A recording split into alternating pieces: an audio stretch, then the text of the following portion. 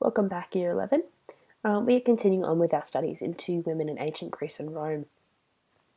So far, we have been looking at a lot of source-based responses, looking into women and their roles in religion, which is arguably the most important, their role in family life and household duties, and also their role in the economy.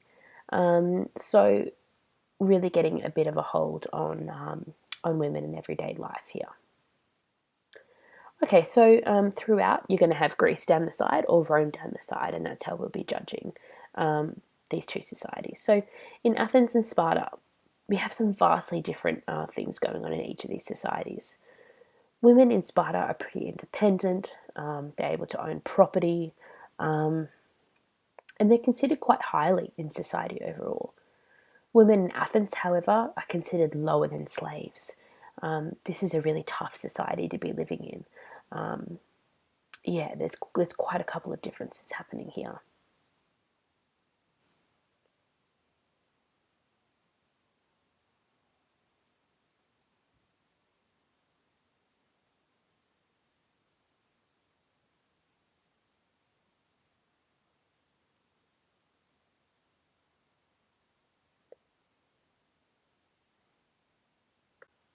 So now touching on political life.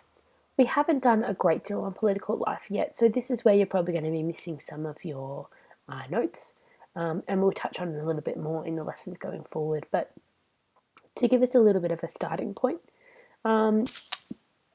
political life for women was pretty minimal in Greece.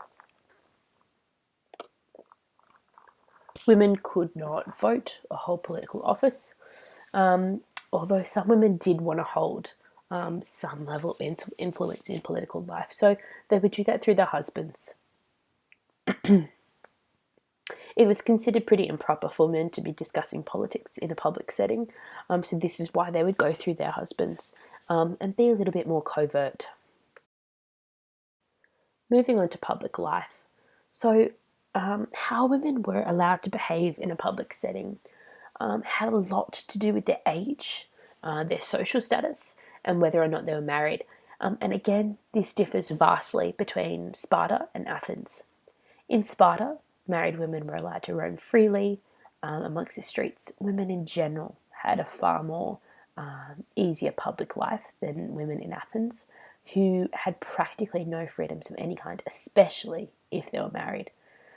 In most city-states, however, women did have to be accompanied wherever they went by a male next of kin.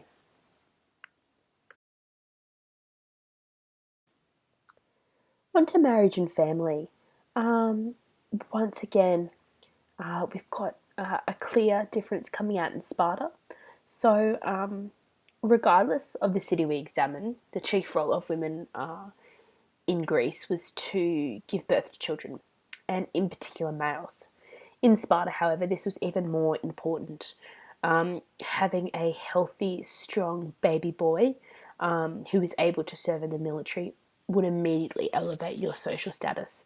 You would be regarded as a mother of a warrior. There was far more attached to this kind of ideal than anything that would have been available in Athens. Most marriages were arranged, and families would attempt to match their children in the best possible way for them. So we have things like marrying for political power and status, economic status, those kinds of things. So the role in the household.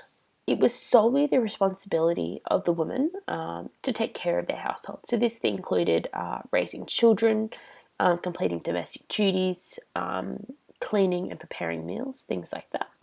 If they didn't have slaves. If they did have slaves, her duties would also revolve around organising them and what they were doing, ensuring that they were being kept in line. In most of ancient Greece, women were not allowed to own property. However, in Sparta, we've got records of up to 60% of all property being owned by women at one time. This is probably likely due to a military campaign that was, resulted in a high death rate, and as a result, the property being signed over to wives, daughters, this kind of thing.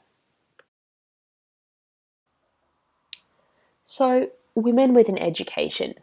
Um, this was probably something that wasn't too common. Most women would have been educated at their home, whereas men, would have attended more formal schools. Spartan women, however, were more well educated. So we see them being taught to deal with things and take care of things like household finances, family businesses, these kinds of things. Their role in the economy in Sparta was far greater, which we encountered in our last lesson. Girls in other parts of society, as well as in Sparta, were taught things like weaving, dancing, music, physical education, and we can see this through things like the Haran Games that we learnt about last lesson, and our infamous statue of the Spartan female athlete. We've got Artemis. So this is a goddess, sorry, should I say, who is a goddess of maidenhood and the main Greek goddess of girls' education. So she would have been someone quite important to females growing up at this time. So next up, we're talking about religion. This is going to be more of a little recap because we only did it last lesson. So we'll just breeze through it quite quickly. Athenian women, as we know, played a vital role in the religious life of the city. This was largely due to the fact that the main deity of Athens, the city itself, was Athena Polias, who was served by a priestess. Some of the other priestesses to other deities included Athena Nike, Hera, Artemis, and the all-famous Aphrodite. Women participated in significant festivals, like we spoke about yesterday, and death rites, including some burial customs and these kinds of things. Some festivals, as we know, were specifically for women, and in these festivals they would take on the roles of simply attendants, or even a priestess. So festivals such as the Thesmophoria, which was known for quite a lot of sexual promiscuity. This should be nothing new to you girls. We've all learnt about this so far. Alrighty, so jumping onto Roman women. Initially, we've got quite a couple of differences for women in ancient Rome as compared to those in ancient Greece. During the first 500 years of Rome as a republic, women were free to see and visit whoever and whomever they wanted, wherever they could go as they pleased without permission of their husband or a male next of kin. The next 500 years, as Rome became an empire, women gained even more freedom. However, we do see this decline a little bit.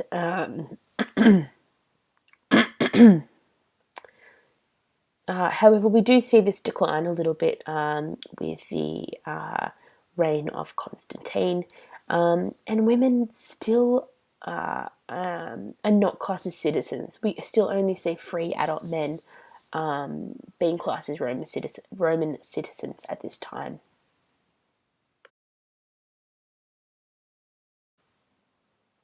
So, public and political life for Roman women, it was pretty limited for both aspects of life. They couldn't attend, speak in, or vote in any political assemblies, nor hold a role of any political influence. So again, they would often do this through their husbands, especially aristocratic women, just as we see in Greece. Women were legally obliged to have a nominated male family member or next of kin act in their interests, particularly related to law and their economic interests. Lower class women, however, we see a vast difference. So they do have a far more public life, And this is simply because they had to work for a living. So they would work in, in agricultural fields, markets, in some forums, crafts, midwifery, nurses, and also things like wet nurses, who are what we refer to today as our modern day nannies, working for many, many Roman families, not just those who were more well to do. So, just as in Greece, marriage and family, this is the ultimate role of a woman in both of these ancient societies. Um, Women were to take care of their home, nurture their family. However, in Rome, we see a far greater emphasis placed on legitimate children as compared to Greece. Particularly in Sparta, the simple ability to bear a child and have a child that would be able to, participate in military activities was a good thing. In Rome, they place a far greater importance on this legitimacy. So, simply being the child of a married man and woman. Many women were married pretty young. Sometimes this was before even puberty, but typically around 20 years old. So, only a couple of years older than you guys. This was to ensure women had no sexual history before their husbands, which could embarrass them. And also likely due to the fact that this was around the age where they're going to be most fertile, remembering that their most important role in life was to bear children. Women were subordinate, and this is reflected in our Roman naming practices. So, as we saw in the video just a lesson ago. So, male citizens have their three names. These are referred to as their praenomen, their nomen, and their cognomen. This is vastly different to women, who are all referred to, all women in the same family anyway, are referred to using the feminine version of their family name. So something like Julius, all the females in that family are going to be Julia 1, Julia 2, Julia 3, and so on, just like that video identified the other day. Now, a very different aspect of society in Rome as compared to Greece is the idea of divorce. Overall, divorce, for the most part, in ancient Rome was pretty easy to obtain for both parties, should I say. So, Roman law stipulated that a wife's property be kept separate from her husband's, and that in the event of a divorce, it could be reclaimed. However, children of the couple did legally belong to the father. So this would have been possibly a practical thing. We've got children, we've got wives, women not maybe able to provide in terms of being able to get a job, these kinds of things. And if they did remarry, a new husband is not going to want to take on existing children from a previous marriage. He's going to want to have his own children and for them to bear his name, remembering that, carrying on your family's legacy is something that would be very, very important. In the later empire, especially following legislation imposed by Constantine, we've got divorce becoming a lot more difficult for females. Remembering that Constantine is our first Christian emperor. So we've got some more Christian values coming in here now. And just like I spoke about before, women's rights before this time are particularly liberal in Rome, as compared to some other ancient societies at the time. But this is where we start to see a little bit of a decline. So, just as in Greece, we've got women in the role of managing the household. So, organising the slave force, working on handicrafts, completing domestic duties, these kinds of things, looking after the children at the very core. So, in terms of the physical property of the home, this is something that was quite interesting. So, women were able to inherit and own their own property, but they couldn't control it. So, in other words, if a woman was married, the husband would control this property and what was going to happen with it. They thought they're incapable of making good judgment and managing the affairs of this property for themselves. So, in the event of a divorce, like we spoke about, the woman could take back this property as her own, but then again, the management role of it would go to a male next of kin, whether it was a brother or an uncle or something like this. So we've got an education. Um, Education in Rome is an interesting aspect of life. So particularly for females. So we've got basic skills being taught to quite a large population of females, really. So our Roman upper and middle class are being taught some pretty basic skills such as reading and writing, which is great to see. But it is vastly different from some other societies that we see.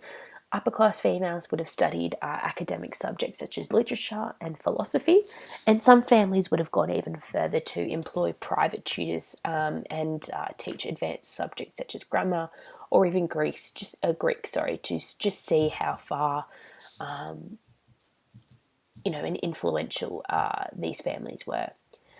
So, other skills that they would have been taught largely for finally coming to religion. So, again, just a quick wrap up. We have been through these main points so far, but Roman religion was incredibly male dominated. We know this, but there are a couple of notable exceptions. So, these are public roles such as the priestess of Isis. And the Vestal Virgins. So, as we know, Vestal Virgins served for 30 years in the cult of Vesta, specific ceremonies and rites, and were kind of what we would think now as nuns kind of things. Several other cults and festivals were specifically for women, such as the cult of Fortuna, the cult of Ceres, who was the goddess of agriculture and fertility. So we've got, again, our religion focusing around this idea of fertility. Okay, so just finishing up now. Year 11, thanks so much for listening. A lot of this should have been, revision on and refreshers on the stuff that we've done the last couple of lessons, and mainly being taking notes on political life. But this is going to put you in a great position to start writing your 10-mark response next lesson. As we go forward, this is going to mainly consist of your 10-mark response and introduction, at least 2 main body paragraphs, and a conclusion. So start gathering your sources, making sure that your notes are fully comprehensive, so that we can use these to write our source-based responses next lesson. Thanks for listening. Have a great day.